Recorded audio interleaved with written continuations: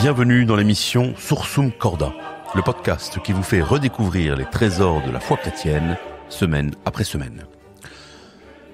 Je suis l'abbé Mathieu Raffray, prêtre et théologien, et je vous propose à chaque épisode de plonger ensemble dans le catéchisme de l'Église catholique, l'occasion d'éclairer les grands problèmes de notre temps, les grandes questions de tous les temps, à la lumière de l'enseignement de l'Église. Ce podcast vous est proposé chaque jeudi à 17h sur Radio Courtoisie, puis il est disponible sur toutes les plateformes d'écoute le dimanche à midi. Soutenez-le, faites-le connaître autour de vous. Saison 2, épisode 2, les sacrements. Comme nous l'avons vu la semaine dernière, dans cette deuxième partie, la saison 2 de ce podcast, nous traitons de la célébration du mystère chrétien.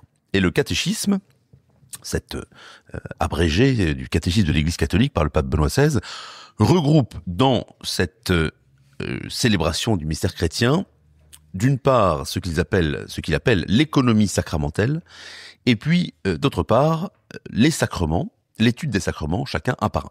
Et cette économie sacramentelle regroupe d'une part la liturgie, et d'autre part les sacrements. Les sacrements comme le lieu où, comme nous l'avons vu la semaine dernière, le lieu où se réalise, s'exprime et se manifeste le sacré que la liturgie met en œuvre, la liturgie étant le culte public rendu par l'Église à Dieu.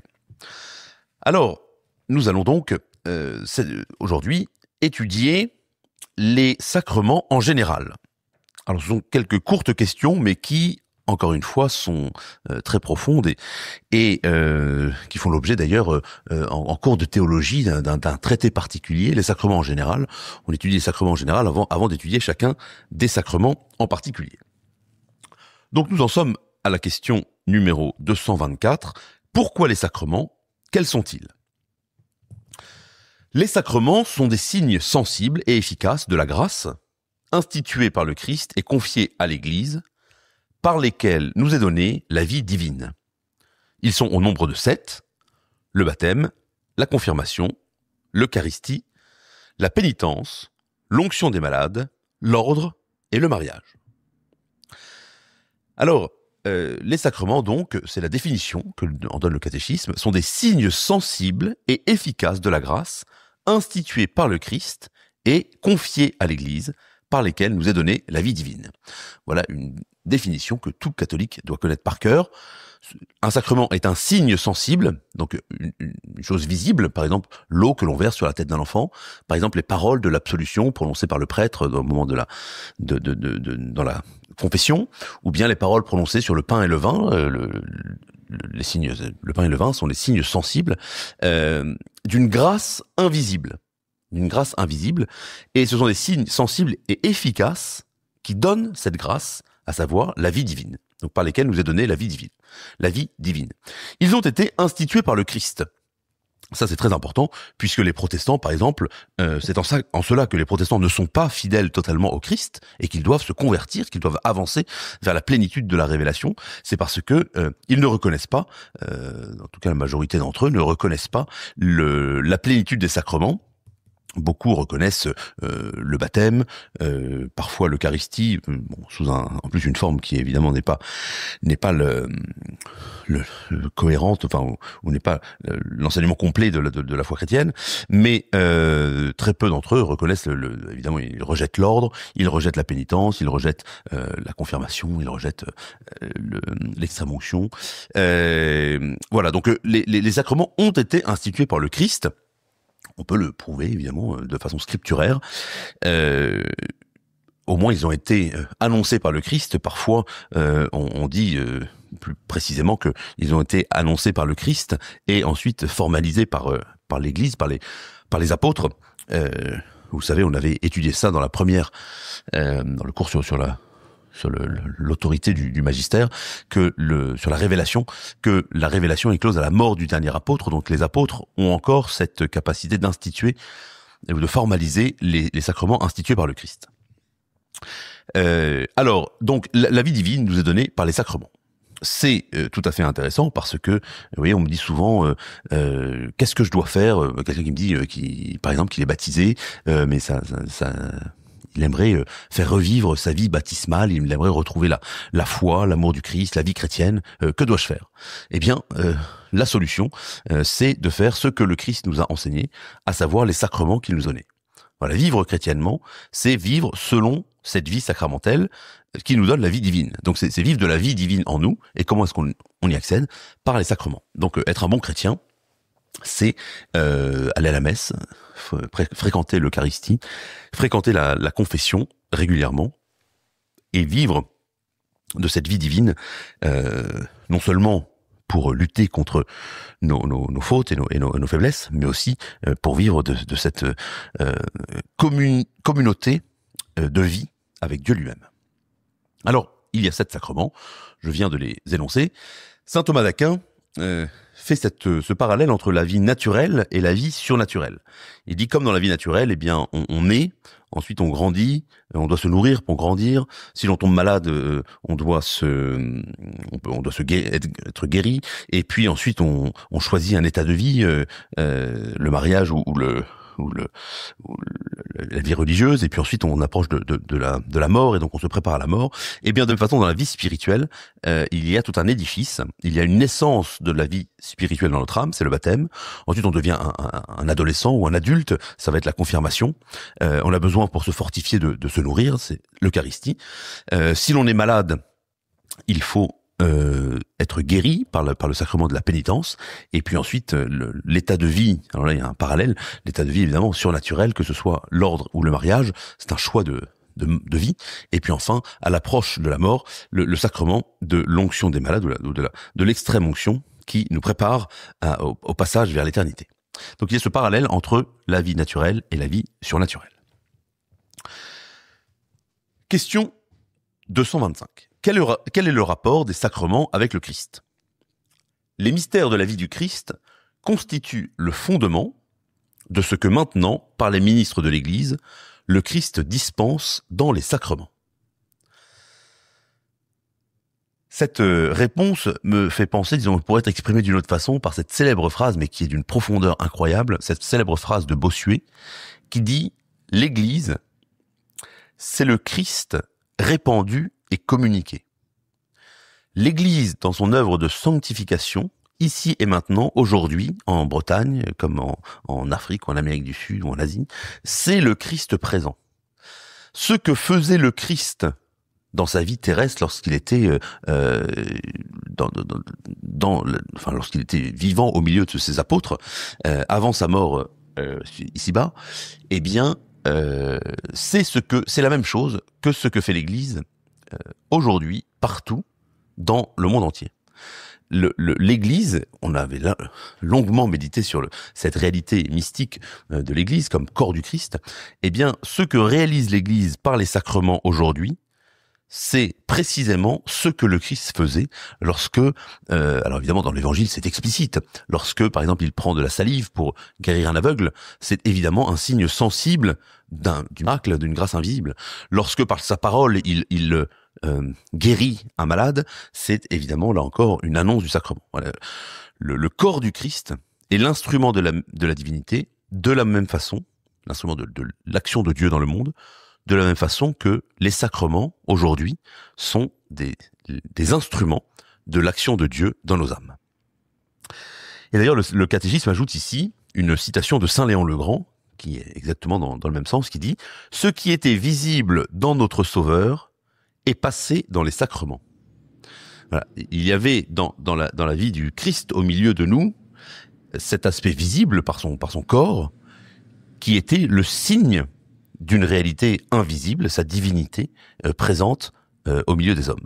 Et bien de la même façon, les sacrements sont ces signes sensibles de la grâce invisible, donc de la divinité à l'œuvre dans le monde, par l'Église, dans nos âmes. D'ailleurs, ça me fait penser une réflexion que je vous livre. On dit souvent, oui, mais si le Christ était visible au milieu de nous, si Dieu se rendait visible, alors ce serait beaucoup plus simple d'y croire, d'y adhérer et de le reconnaître. Eh bien, posez-vous la question, Si vous aviez vécu au temps des apôtres, vous auriez vu un homme, aussi beau soit-il, aussi charismatique soit-il, un homme dire qu'il était Dieu. Est-ce que vraiment ça aurait été plus facile de le croire? Je pense que les apôtres devaient faire un acte de foi incroyable. Ils voyaient un homme, évidemment, qui était d'une sagesse infinie, qui était très séduisant et beau, le plus bel homme que l'humanité a pu porter, très bien. Mais d'ici à croire qu'il était Dieu, enfin, il fallait une foi intense. Il fallait vraiment croire, parce que les yeux montraient autre chose. Sans parler du moment où cet homme, malgré toutes ses promesses, meurt sur une croix. Lorsque il meurt sur la croix, les apôtres se disent, mais en fait, on s'est trompé. C'était pas lui, c'est pas Dieu, c'est pas possible. Il n'est pas possible que la divinité, la perfection de Dieu ait été réduite à une telle infirmité. Et d'ailleurs, c'est une chose que j'aime bien citer, mais la plus belle profession de foi qui existait dans le monde, c'est précisément celle du bon larron qui est en train de mourir sur une croix, condamné à mort, et qui à côté de lui voit un autre condamné à mort, défiguré, qui souffre, et il reconnaît Dieu sous ces traits d'un homme mourant. Il dit ce soir, ne m'oubliez pas quand vous rentrerez dans votre royaume. Et donc, finalement, peut-être que le régime sous lequel nous vivons maintenant, le régime des sacrements, le régime de l'Église, est peut-être plus facile, il est plus aisé dans ce régime des sacrements à avoir la foi, parce que évidemment on ne voit rien lorsqu'on verse de l'eau sur la tête d'un enfant ou d'un adulte. On ne voit pas son âme qui s'illumine de la divinité, de l'infinité de Dieu. Mais la foi, en tout cas, nous enseigne que ce signe sensible représente une grâce et invisible qui est rendue efficace. Mais donc voilà, aussi bien même en présence du Christ, il aurait fallu avoir la foi. C'est-à-dire que le fait de voir un homme qui est Dieu nécessite la foi pour y adhérer. Alors continuons. Quel est le lien des sacrements avec l'Église? Le Christ a confié les sacrements à son Église. Ils sont de l'Église en un double sens. Ils sont par l'Église parce qu'ils sont action de l'Église, qui est le sacrement de l'action du Christ. Ils sont pour l'Église en ce sens qu'ils édifient l'Église. Alors ici, j'aimerais revenir sur cette incise, l'Église qui est le sacrement de l'action du Christ. Alors, il y a eu dans la théologie, j'allais dire contemporaine ou disons moderne, depuis la fin du 19e siècle, cette idée de l'Église comme sacrement.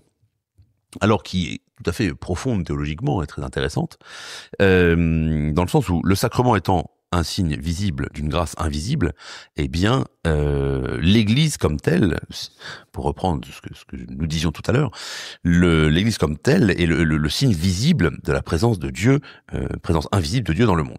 Donc, en ce sens, l'Église est un sacrement. Et on trouve ça chez Saint Augustin en particulier, chez les pères de l'Église, chez de nombreux pères de l'Église, l'emploi de la notion de sacrement, dans un sens large, pour tout ce qui est signe d'une réalité invisible.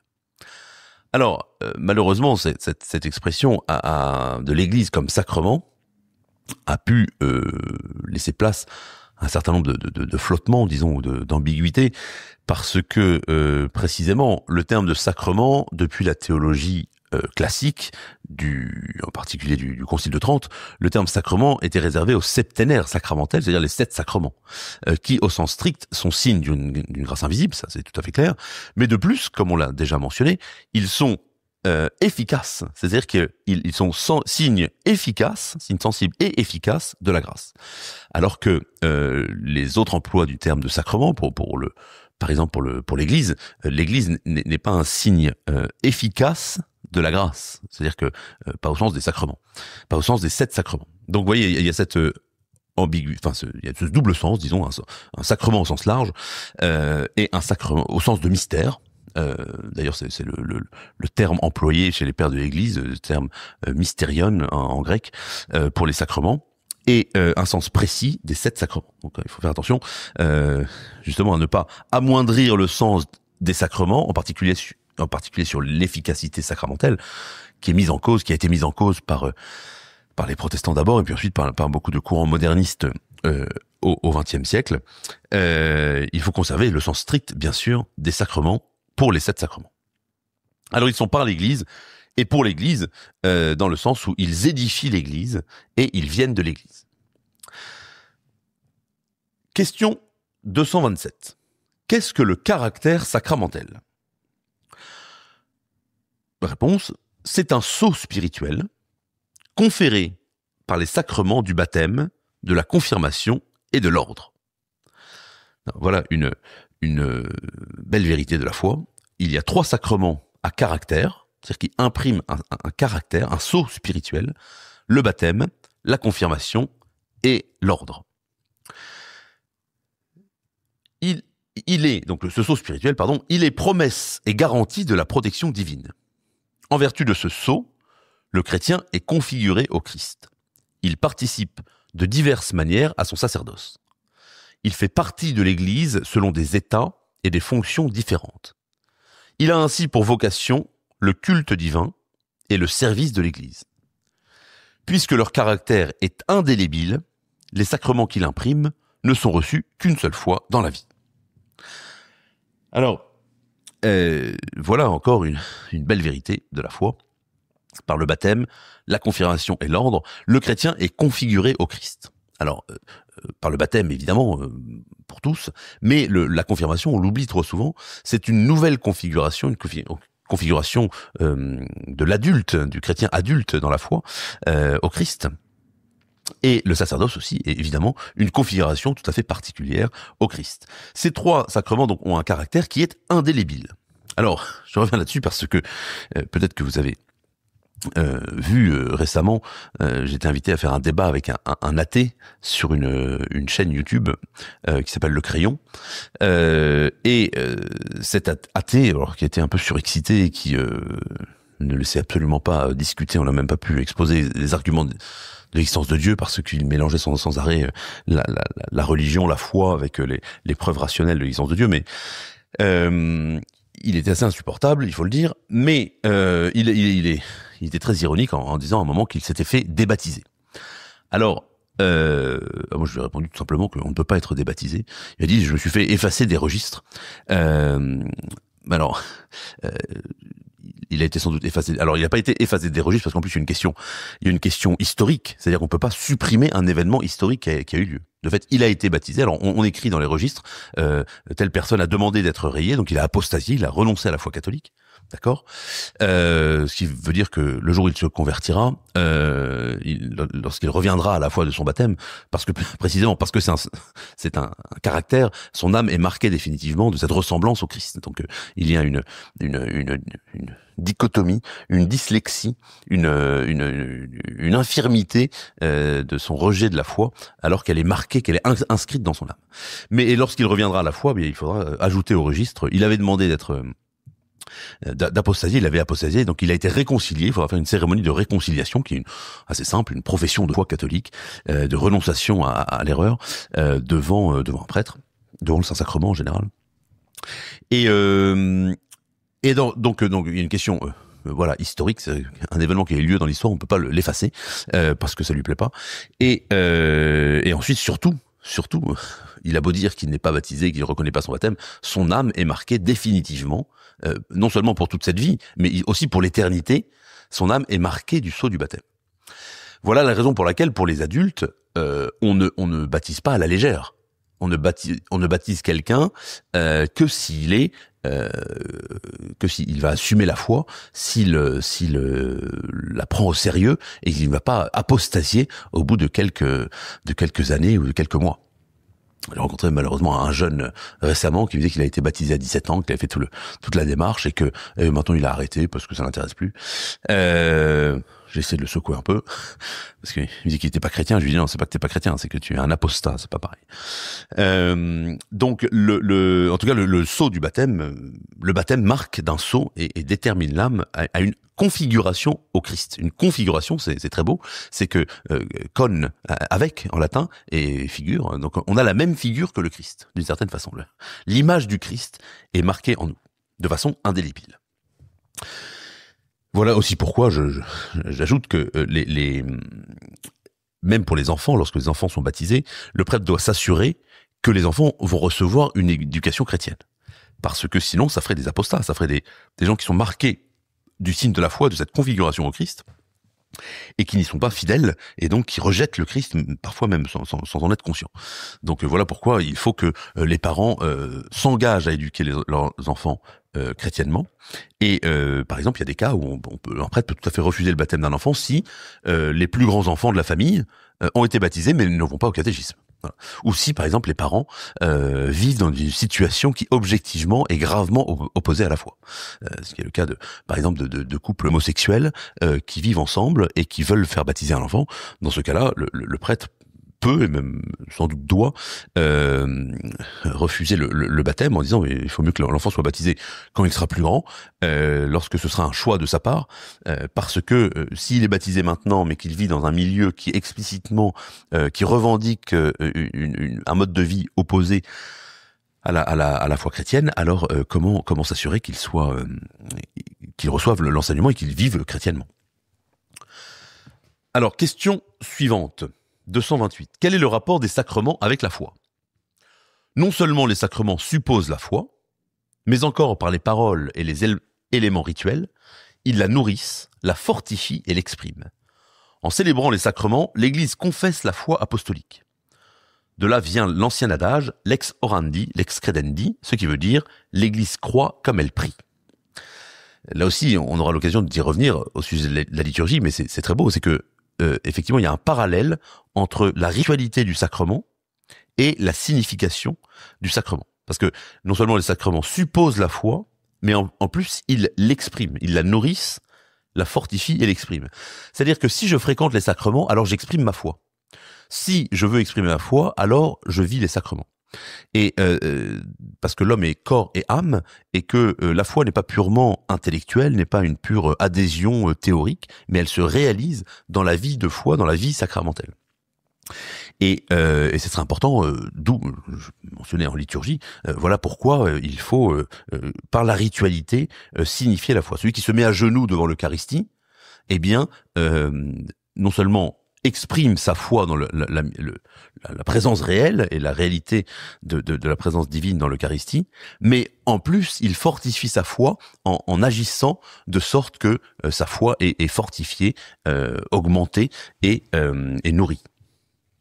Voilà pourquoi une liturgie faible et disons qui manque de ritualité, de sacré, eh bien nécessairement ramollit la foi, affaiblit la foi. Et une foi forte exige une pratique sérieuse, exigeante. Alors revenons maintenant sur l'efficacité des sacrements. Pourquoi les sacrements sont-ils efficaces? Les sacrements sont efficaces ex opere operato. C'est une expression très importante, très forte. Ex opere operato, ce qui se traduit de la façon suivante, par le fait même que l'action sacramentelle est accomplie. C'est en effet le Christ qui agit en eux et qui communique la grâce qu'il signifie, indépendamment de la sainteté personnelle du ministre. Toutefois, les fruits du sacrement dépendent aussi des dispositions de ceux qui les reçoivent. Alors voilà, c'est très important, les sacrements fonctionnent, les sacrements sont efficaces, ex opere operato, par le fait même que l'action sacramentelle est accomplie, indépendamment de celui qui le fait.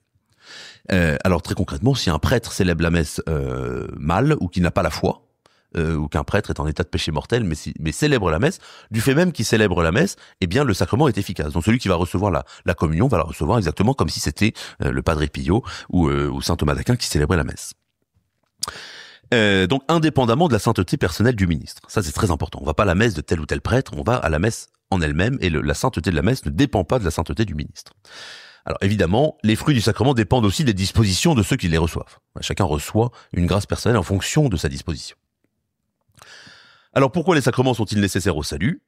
Même s'ils ne sont pas tous donnés à chaque croyant, les sacrements sont nécessaires à ceux qui croient au Christ parce qu'ils confèrent les grâces sacramentelles, le pardon des péchés, l'adoption comme fils de Dieu, la conformation au Christ Seigneur et l'appartenance à l'Église. L'Esprit Saint guérit et transforme ceux qui les reçoivent. Voilà, comme il découle la grâce, puisqu'ils sont l'expression de la grâce, ils donnent la grâce, eh bien, évidemment, ils sont nécessaires pour ceux qui croient au Christ, afin de vivre de cette vie que le Christ nous a donnée. Cette vie, c'est la grâce sacramentelle, c'est l'objet de la question suivante. La grâce sacramentelle est la grâce de l'Esprit Saint, donnée par le Christ et propre à chaque sacrement. Cette grâce aide le fidèle sur le chemin de la sainteté, elle aide aussi l'Église à croître dans la charité et dans son témoignage. Donc il y a une grâce pour la communion, il y a une grâce pour la pénitence, il y a une grâce propre à chaque sacrement qu'on appelle la grâce sacramentelle. Et enfin, quel est le rapport des sacrements avec la vie éternelle ? Dans les sacrements, l'Église reçoit déjà une anticipation de la vie éternelle, tout en demeurant dans l'attente de la bienheureuse espérance et de la manifestation de la gloire de notre Seigneur Jésus-Christ. C'est une citation de l'Épître à Tite, chapitre 2, verset 13. Comme toujours, prions l'Esprit Saint de nous éclairer pour mieux comprendre, mieux intégrer dans notre vie cet enseignement de l'Église. Venez, Esprit Saint, remplissez les cœurs de vos fidèles et allumez en eux le feu de votre amour. Envoyez votre Esprit, Seigneur, et il se fera une création nouvelle, et vous renouvellerez la face de la terre. Prions. Ô Dieu qui avez instruit les cœurs de vos fidèles par les lumières du Saint-Esprit, donnez-nous par ce même esprit de comprendre et d'aimer ce qui est bien, afin de jouir sans cesse de ces divines consolations, par Jésus-Christ notre Seigneur, ainsi soit-il. Merci à tous de votre fidélité et de votre écoute attentive de cet épisode. Faisons rayonner autour de nous et en nous ces belles vérités de la foi catholique. Surtout, n'oublions pas de prier les uns pour les autres.